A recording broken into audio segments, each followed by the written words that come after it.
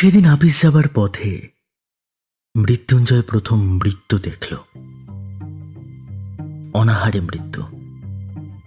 এতদিন শুধু শুনে আর পড়ে এসেছিল ফুটপাথে মৃত্যুর কথা, আজ চোখে পড়ল প্রথম।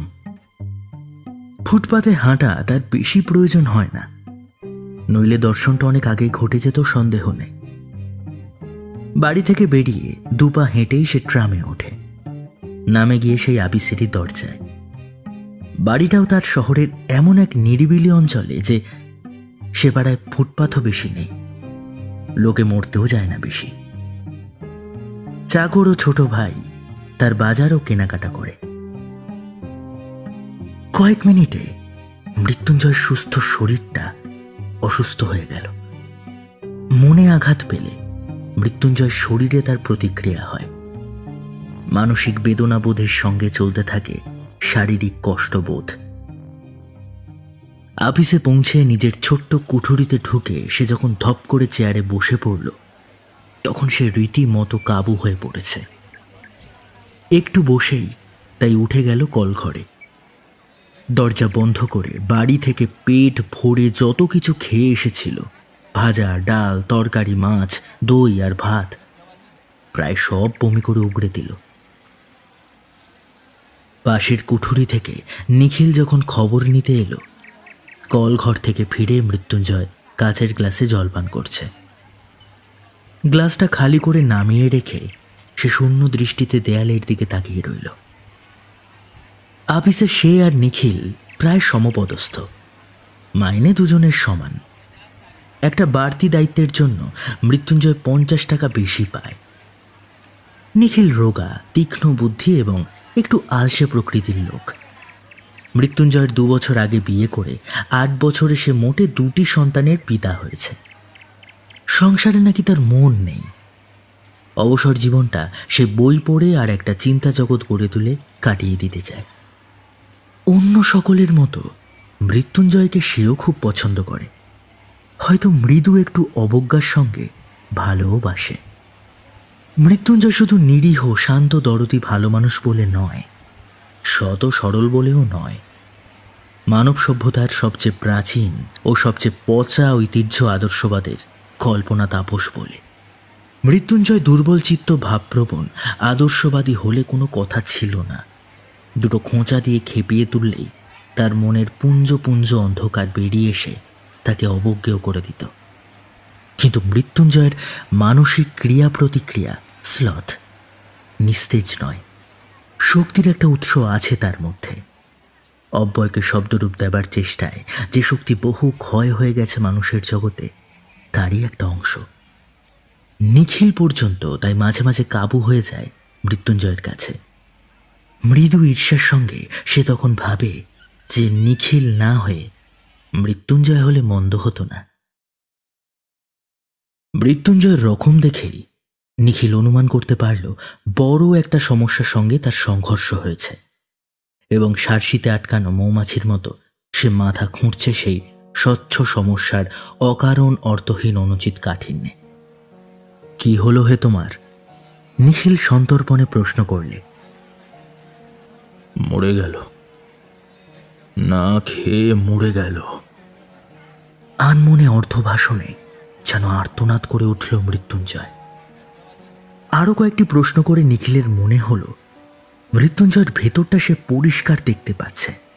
ফুটপাতে অনাহারে মৃত্যুর মতো সাধারণ সহজবোধ্য ব্যাপারটা সে ধারণা করতে পারছে না। সেটা আশ্চর্য নয়। সে একসঙ্গে পাহাড় প্রমাণ মাল মশলা ঢোকাবার চেষ্টা করছে তার ক্ষুদ্র ধারণা শক্তির থলিটিতে। ফুটপাতের ওই বিভৎসতা ক্ষুধা অথবা মৃত্যুর রূপ। না খেয়ে মরা কি ও কেমন? কত কষ্ট হয় না খেয়ে মরতে? কিরকম কষ্ট? ক্ষুধার যাতনা বেশি না মৃত্যু যন্ত্রণা বেশি ভয়ঙ্কর? অথচ নিখিল প্রশ্ন করলে সে জবাবে বলে অন্য কথা।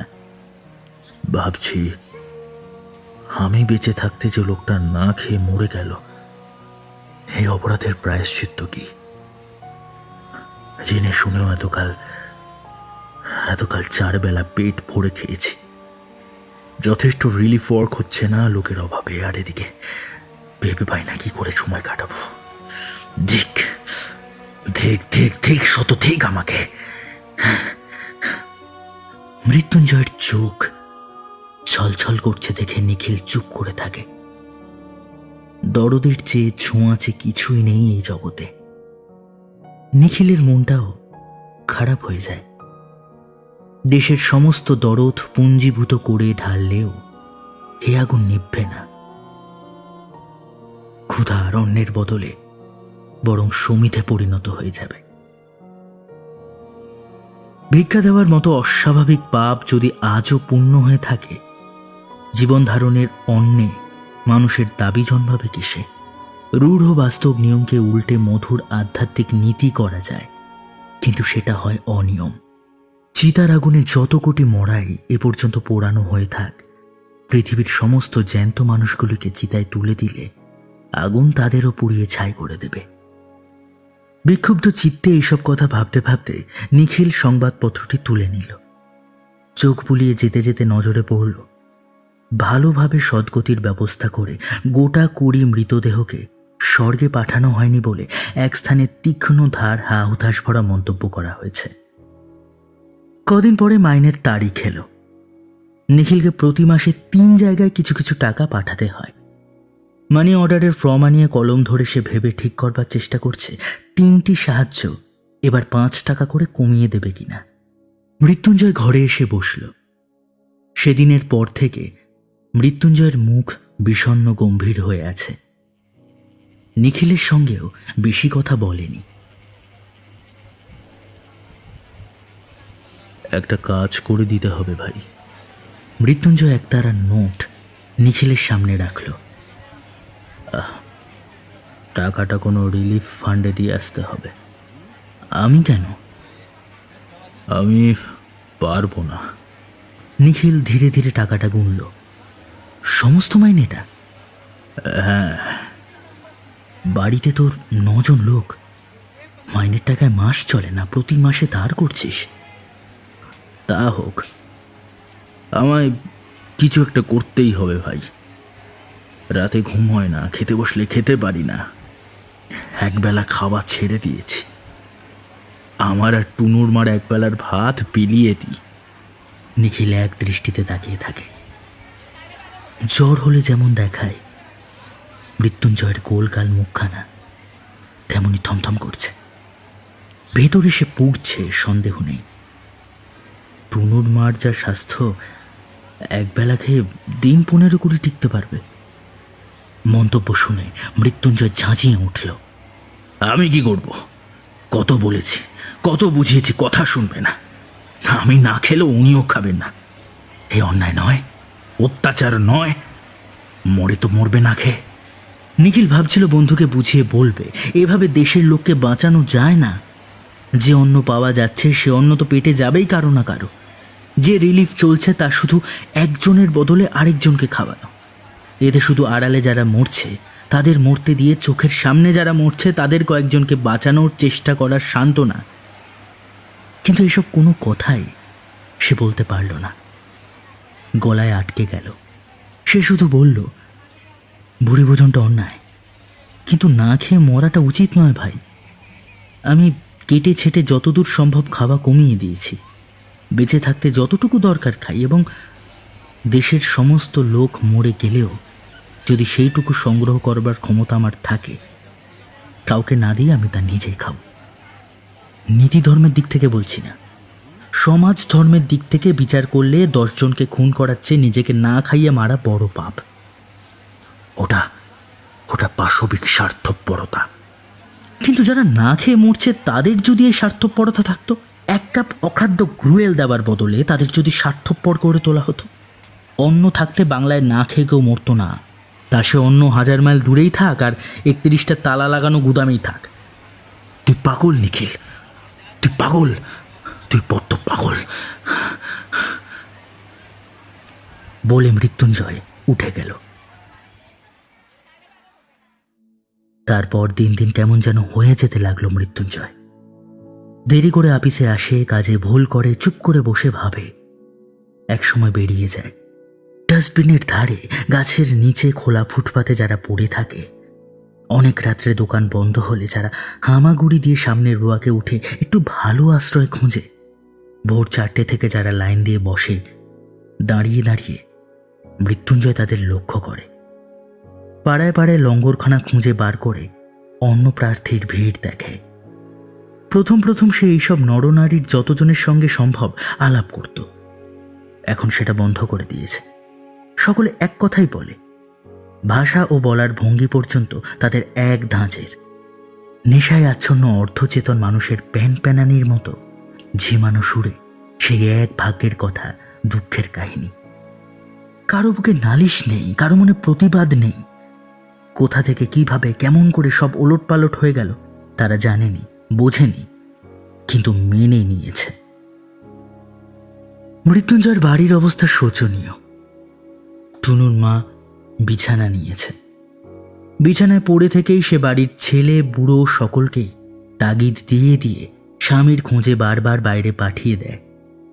কিন্তু এই বিরাট শহরের কোথায়, আগন্তুক মানুষের কোন জঞ্জালের মধ্যে তাকে তারা খুঁজে বার করবে?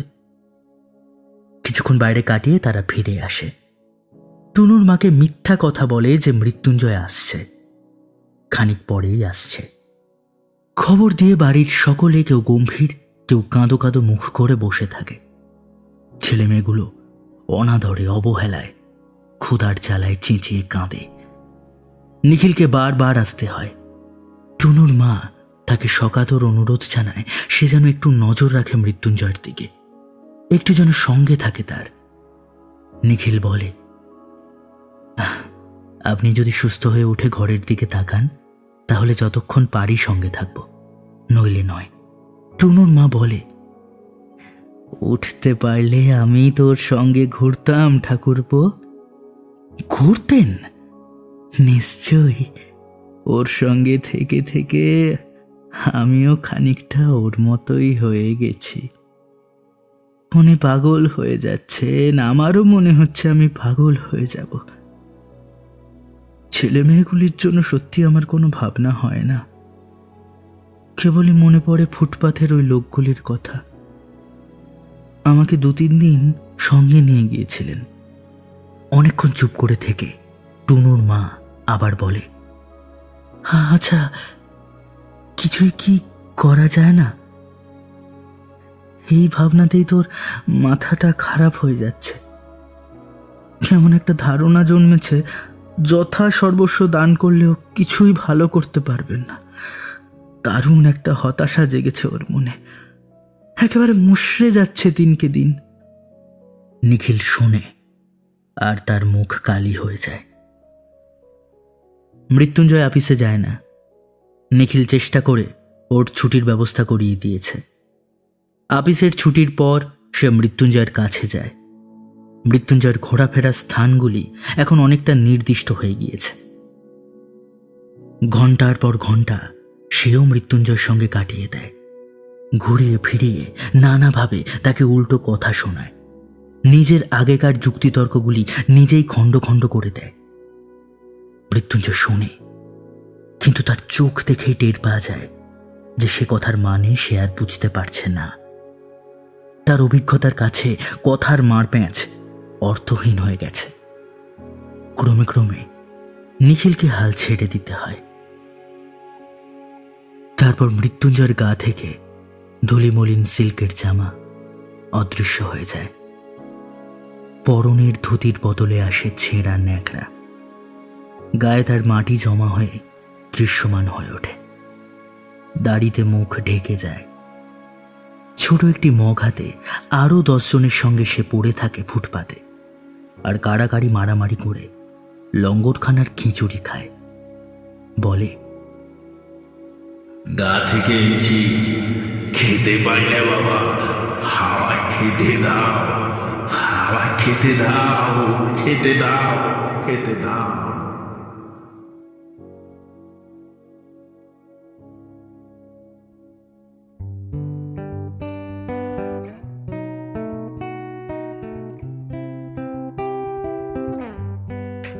এতক্ষণ আপনি শুনছিলেন মানিক বন্দ্যোপাধ্যায়ের রচিত ছোট গল্প কে বাঁচায় কে বাঁচে। গল্পটি কেমন লাগলো জানান আমাদের ইউটিউব কমেন্ট বক্সে। ভালো লাগলে লাইক, কমেন্ট, শেয়ার করতে ভুলবেন না। গল্প পাঠ ও আবহ নির্মাণে আমি প্রভাকর, পোস্টার ডিজাইনে রনি। আগামী পর্বে আরও একটি ভিন্ন স্বাদের গল্প নিয়ে হাজির হব আমি। ভালো থাকবেন, সুস্থ থাকবেন। শুভরাত্রি।